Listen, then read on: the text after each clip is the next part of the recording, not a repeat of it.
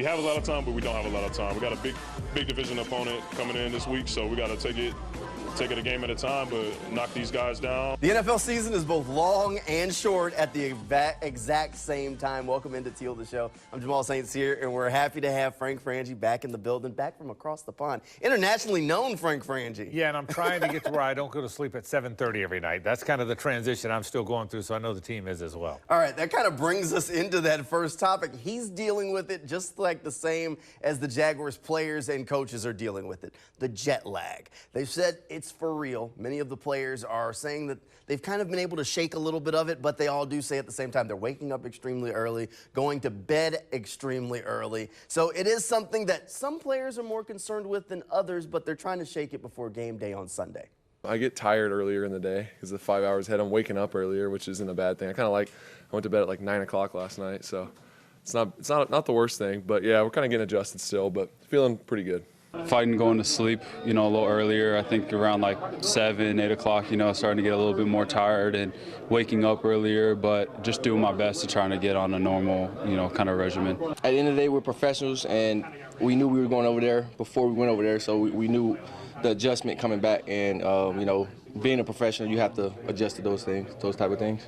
The jet lag is a reason why I was always a little bit concerned about this week, Frank. Just being over there for that long, you feel it in your body right now. I do feel it. I mean, what you just said, I'm the same way. I've been going to bed like at 8:30. My wife's been making fun of me. How tired are you? So I'm trying to get back to the swing of it. And she was with me, by the way, so she's not going to bed as early as I am.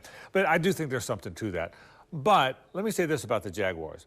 They could have used a lot of excuses. They were over there 11 days. They had to change where they were. They had to change locations. They played on 2 different stadiums. None of it affected them. This team is very good at not letting the non-football stuff affect them, so I don't think it's going to be a factor at all. It might have been during their work week, but I don't think it's going to affect them in the football game again.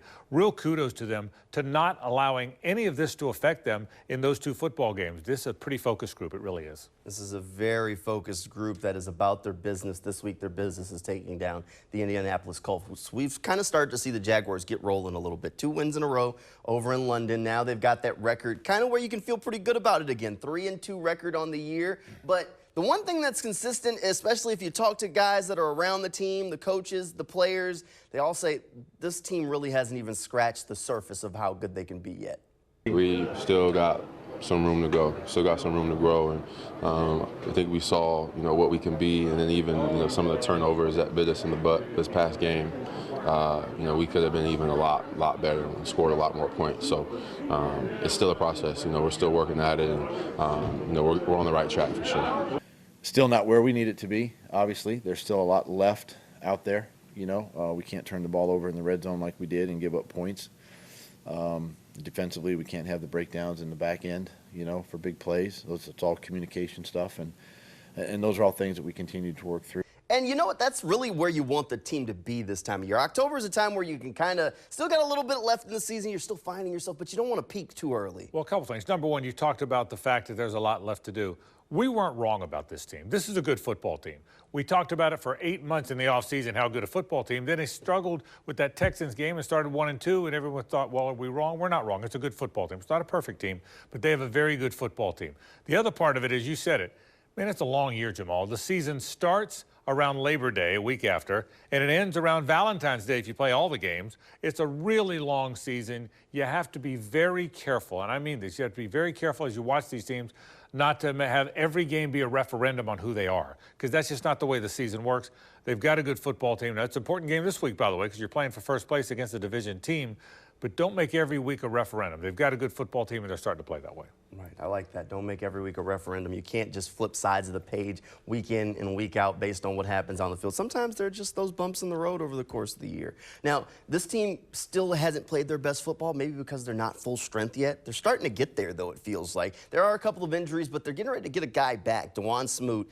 We've all seen him here in the Jaguars uniform for a few years. He's been back out on the practice field. When I talked to him in the locker room yesterday, he said, I'm back at 100%. Doug Peterson says he thinks Dawon Smoot could play a role for the Jaguars on Sunday.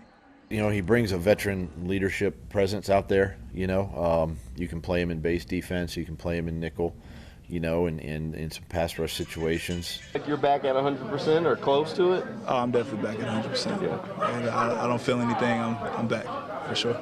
You know, we've talked a lot about the Jaguars pass rush, so anytime you can add an extra body to that group, it always has a chance to energize things. Two things, Jamal. Number one, I think he is going to be a full go, so I think you're going to see Dewan Smoot as probably their third pass rusher. I know Caleb Von Chason has been that, but I think Smoot's a better pass rusher, so he'll be kind of the third pass rusher, the third edge.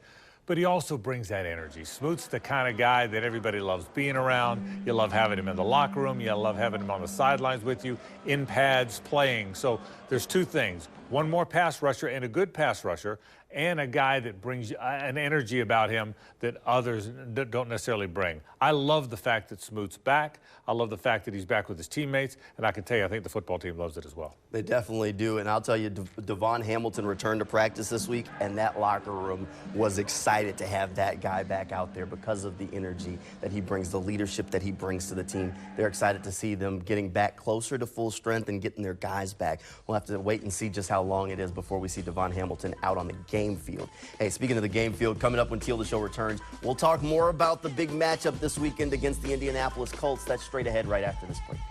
Welcome back into Teal the Show. The Jaguars have a big AFC South matchup this week. Now, it's not the same game that we saw in week one. Obviously, teams grow and change, but the Colts are going to be without some key players, specifically their quarterback, Anthony Richardson, down with an injury, going to be down for a little while. That means that a familiar face is going to be returning to Jacksonville, Gardner Minshew. Yeah, Gardner Minshew, by the way, is a pretty good player. And here's the thing. He's totally different than Anthony Richardson. Forget who's better or worse, because Richardson's going to continue to get better, and we kind of know what Gardner is, but he's an entirely different kind of player. You're going to have the whole playbook in play. He's a real quarterback who knows how to play, who knows all the checkdowns, who knows all the changes. Gardner Minshew is going to present a totally different challenge. Now, again, Anthony Richardson's got more upside and will be their starting quarterback when healthy, but it's a different game. Gardner Minshew's a pretty good player, and again, the whole playbook's in play now with him. With a rookie quarterback, that's not always the case. The second the Jaguars traded Gardner Minshew back in 2020, I said, that guy's going to come back for some revenge one day. This is the first time that he's returned as a starter to take on the Jaguars, specifically here in Jacksonville. We'll see if revenge is on the table, but there's definitely some things that Gardner Minshew does well. You've seen him when he was here with the Jaguars. Jaguars defensive coordinator Mike Caldwell says that it's really his energy that can help to spur his teammates around him, and they will play for a guy like that. He's a guy that, you know, he might not have the name, but the players in that locker room play for him. And that's huge. When you got those other 52 guys believing in you and they believe in him, they'll go out there and they'll play for him. That says something about a quarterback. And that's a big thing. Like, run game will pick up, pass game will pick up, offensive line will pick up because they want to play for him. And that's the kind of quarterback he is. You can see it on film. I think when he's been in the game, they're undefeated. You know, it's that energy from Gardner Minshew that really energized this fan base. We saw Minshew mania. I've said it before. Look, I feel like Gardner Minshew's the main character in the movie. We're all just role players around him.